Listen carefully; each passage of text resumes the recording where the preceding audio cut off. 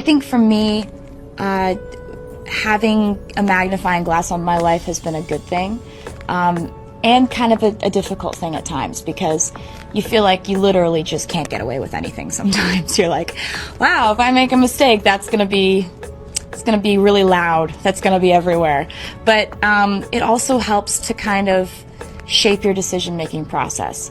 And because everything that I do is gonna be documented and in computers forever, it makes me think about what the little kid in the front row would think, and what my grandchildren would think one day if I made this choice or that choice. I think it's kind of a good governing tool. It makes you more responsible for how you act. You can't carry all things, all grudges, all updates on your ex, all enviable promotions your school bully got at the hedge fund his uncle started. Decide what is yours to hold and let the rest go. Secondly, learn to live alongside cringe. Cringe is unavoidable over a lifetime. You're probably doing or wearing something right now that you will look back on later and find revolting and hilarious. As a person who started my very public career at the age of 15, it came with a price.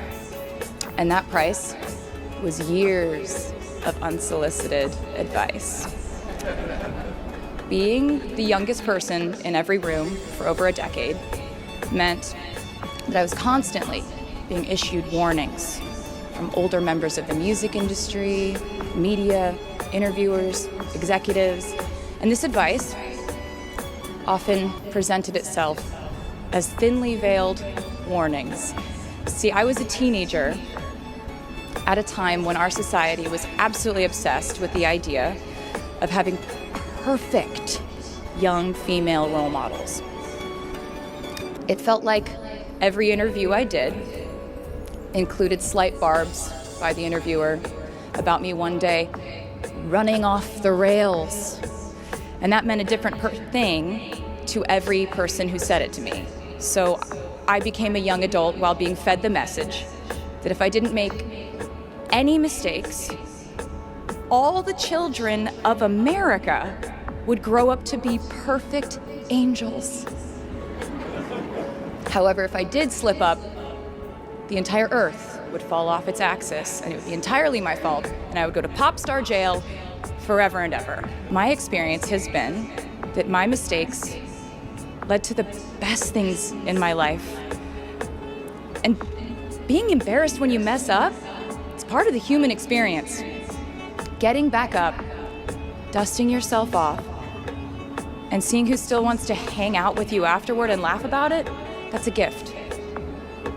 The times I was told no, or wasn't included, wasn't chosen, didn't win, didn't make the cut, looking back, it really feels like those moments were as important, if not more crucial, than the moments I was told yes.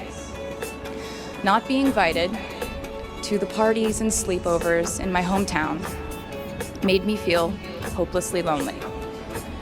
But because I felt alone, I would sit in my room and write the songs that would get me a ticket somewhere else. Having label executives in Nashville tell me that only 35-year-old housewives listen to country music, and there was no place for a 13-year-old on their roster, made me cry in the car on the way home. But then I'd post my songs on my MySpace. And yes, MySpace. And I would message with other teenagers like me who loved country music, but just didn't have anyone singing from their perspective. Having journalists write in-depth, oftentimes critical pieces about who they perceived me to be made me feel like I was living in some weird simulation. But it also made me look inward to learn about who I actually am. Having the world treat my love life like a spectator sport in which I lose every single game was not a great way to date in my teens and 20s. But it taught me to protect my private life fiercely. Being publicly humiliated over and over again at a young age was excruciatingly painful, but it forced me to devalue the ridiculous notion of minute-by-minute, ever-fluctuating social relevance and likability.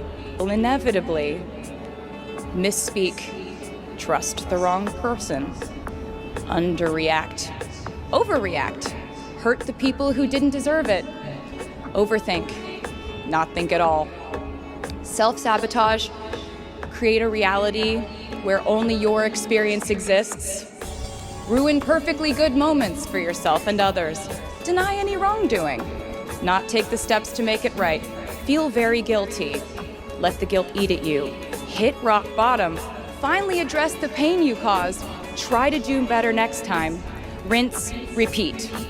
There will be times in life where you need to stand up for yourself. Times when the right thing is actually to back down and apologize. Times when the right thing is to fight. Times when the right thing is to turn and run. Times to hold on with all you have. And times to let go with grace. Sometimes the right thing to do is to throw out the old schools of thought in the name of progress and reform. Sometimes the right thing to do is to sit and listen to the wisdom of those who have come before us. How will you know what the right choice is in these crucial moments? You won't. How do I give advice to this many people about their life choices? I won't. The scary news is you're on your own now. But the cool news is you're on your own now. We are led by our gut instincts, our intuition, our desires and fears, our scars and our dreams.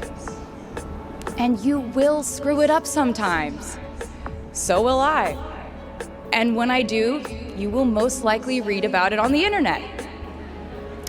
Anyway, hard things will happen to us. We will recover. We will learn from it. We will grow more resilient because of it.